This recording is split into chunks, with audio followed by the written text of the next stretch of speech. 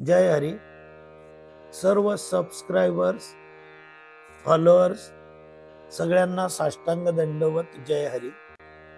आजपर्यंत मी जे जे चित्रीकरण करून व्हिडिओ टाकले त्या सगळ्यांना तुम्ही भरभरून प्रतिसाद दिला.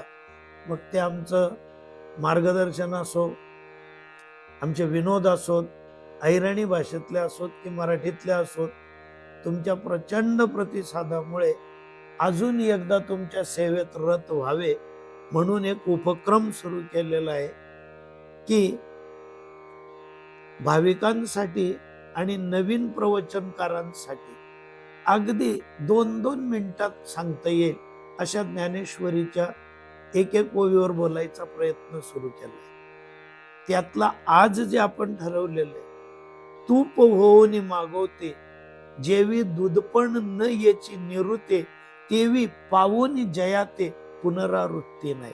म्हणजे यामध्ये ज्ञानोबा सांगतायत आपल्याला की दुधापासून तूप बनवण्याच्या शेकडो प्रक्रिया जगामध्ये उपलब्ध आहेत आणि प्रत्येक प्रक्रिया अवलंबली जाते. सगळ्यांना कल्पना आहे की दुधापासून तूप होते, पण तुपापासून दूध व्हायची कुठलीच प्रक्रिया आजपर्यंत अस्तित्वात नाही.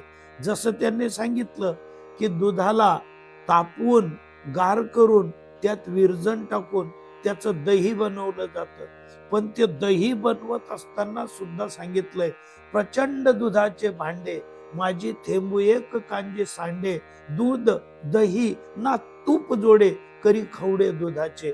त्या प्रक्रियेत थोडा जरी गोंधळ झाला तर दूध राहत नाही, दही होत नाही. म्हणजे काय घडतं, ज्याला म्हणतात करी खवडे दुधाचे, म्हणजे वाया जातं. तद्वत आपल्या जीवनाचं आहे की कुठलंही कार्य करताना अतिशय तापू नका.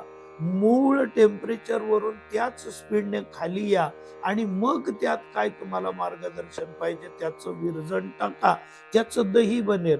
मग या दह्याचं आपण जर घुसळण केलं तर त्याच्यातून आपल्याला ताक मिळेल, जे ताक शरीराला गारवा देईल. त्याच्यातून आपल्याला लोणी मिळेल. ते लोणी योग्य पद्धतीने जर कडलं गेलं तर त्याचं तूप तयार होतं. पण एकदा का तूप तयार झालं म्हणजे एकदा का मानव हा भक्त झाला किंवा आपल्या टार्गेट देवापर्यंत पोहोचला तर तो देव बनू शकतो. नवीन त्याला जीव बनता येत नाही. कशा प्रकारे की ते सांगतायत की तूप होऊन मागवते. एकदा तूप झालं ना, दूध पण न याची निरुते. दूध बनूच शकत नाही, होऊच शकत नाही.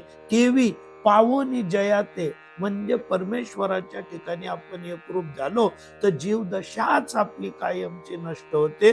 या अशा प्रकारचं संबोधन माऊलींना या ओवीतून समाजाला करायचंय आणि आपण प्रत्येक जण प्रपंच आणि परमार्थ करताना याचा अवलंब करावा. जय सीताराम.